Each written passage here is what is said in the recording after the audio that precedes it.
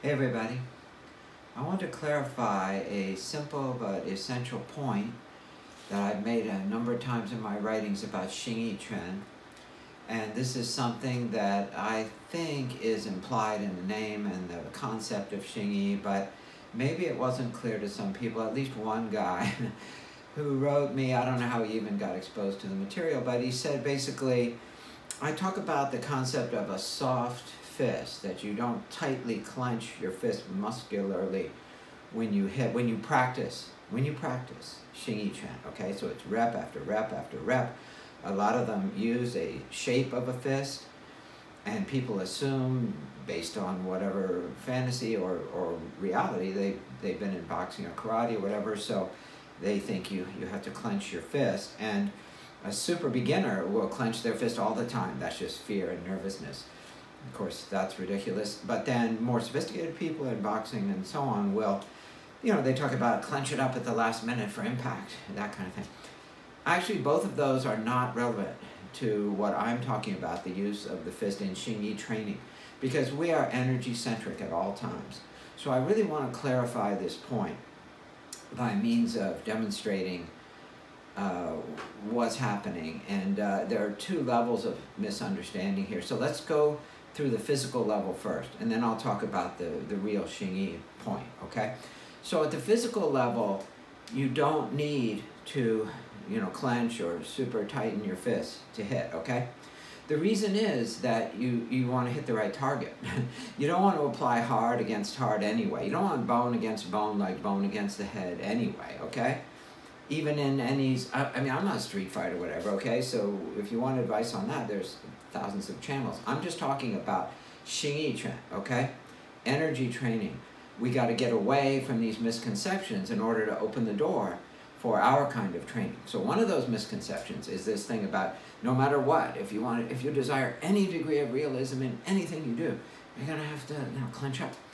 That's absolutely not true for the kind of training I'm talking about. If you want to survive on the street, go to the experts for that, okay? I'm just going to talk about Xingyi training. So the first level is just physical, that you absolutely do not need or ever should want to do that, because you want target selection. The target for a fist is somewhere on the body, so basically solar plexus. You could also do liver shots that way. And those are great, but that is something that is bony against something that is less bony. For example, the just below the sternum here, or the liver shot, okay? There's where it's appropriate, and then you don't need to worry about either hurting your hand, and you don't need to slow yourself down and bind yourself up by tensing up, okay?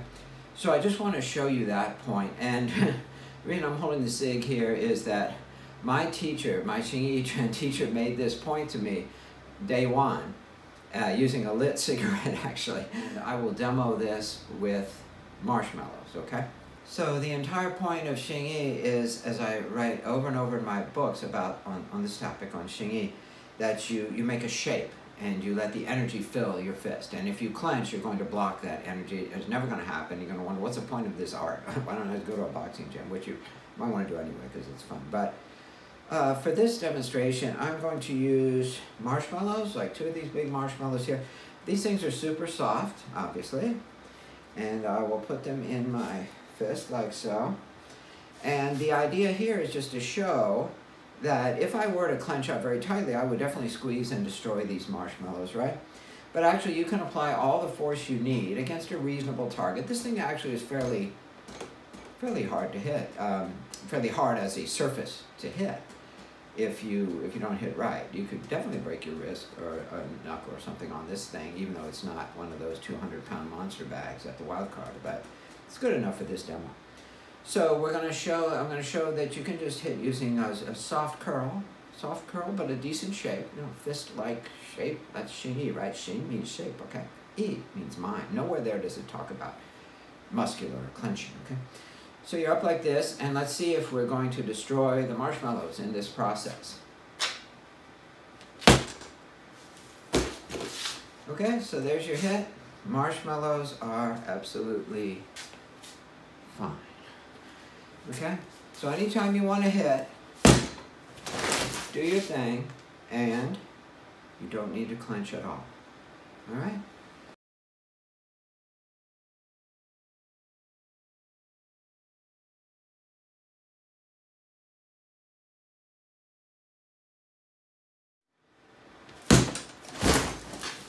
Okay, now those punches may not look like much, but I can tell you from personal experience on the training floor, those punches will put anyone on their knees. Any big guy, cruiserweight, heavyweight, 200, 300 pounds, doesn't matter. You just hit them with that soft fist in the right spot, they're going down, no question about it. And they'll have a few minutes to recover their breathing. They'll need a few minutes to recover their breathing. And that's about all you can expect from a simple body shot. Obviously, street fighting, ring fighting, octagon is a huge, huge topic, far beyond any simple, stupid little punch demo. But I wanted to make the point that you can deliver physical force without clenching your fists. And the reason I'm doing this is just for your psychological benefit.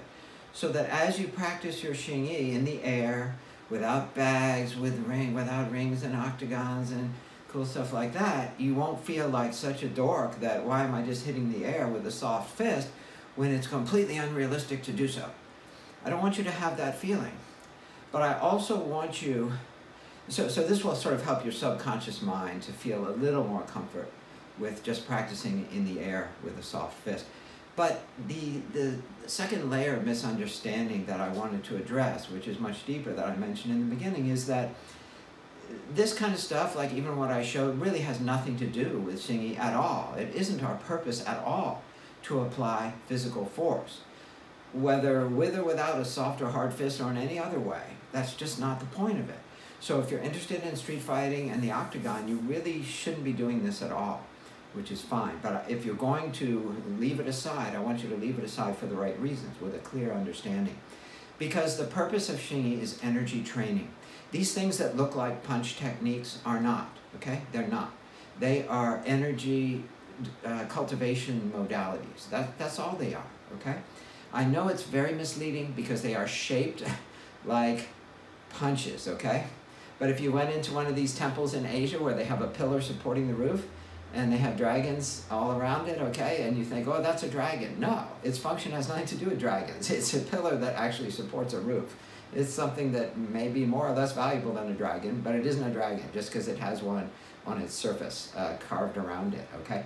So just because these Xingyi techniques look like punches and they sort of look like they could be fight moves, it wouldn't be super effective in a real fight as such. But as a sucker punch, they could certainly work. Any punch could. Then, you know, someone just stands there and you hit them, you could make any punch work. So I really want you to get that point that delivering pounds per square inch of physical force isn't anything to do with Xingyi. I'm sorry to tell you. So in a way, everything I showed in the previous segment is completely irrelevant. But I want to use that as a bridge to make the point that, first of all, in Xingyi, it's just about contact. You know, it's not a matter of physical punching. For example, my teacher, all he had to do was touch you. If he could touch you, you're gone, you're stopped, you're blocked, you're down. That's it. It's over for you if he touches you. So that's the function of the energy. He never tried to, although he showed a great demo of this with the lit cigarette. Now that was fun, you know, army guy, right? So he knows how to hit in that way. But as he stressed always, this is not the point at all. So what is the point of Xingyi? Well, first of all, it isn't really meant to be an offensive art anyway, despite you hear about lei tais and caravan guards, people love that. But the real purpose of it was articulated beautifully, perfectly for all time by Sun Lutang. Read the end of his essays about his teachers. You come to that final little page, basically, where he talks about 4 great teachers in history, historical teachers, different arts. It doesn't matter what art, right? We're talking about energy here. One was Xingyi, and then Bhagwan, a couple of Tai Chi masters. And he says, why were they great? Not because they could deliver more PSI than some other guy with like a carnival meter of how strong you hit. No, he didn't mention that. What he said was they had a field of awareness that allowed them to basically become untouchable because they could avoid any threat. They could sense any threat without seeing or hearing, without any sensory input. That's how refined their energy field, their awareness field was. And that is basically defensive, okay? Not in the sense of blocking like Taekwondo. Of course, I don't mean defensive in that way. It's a defensive art in this very deep sense. And it may take forever, and most of us probably will never even get remotely close to that. I'm not claiming that I or anyone except my teacher that I've ever known is even remotely close to that. But so what? The journey is the reward. But at least if you're on this journey, I want you to be on it for the right reasons and with a clear understanding of what you're doing. So, thank you.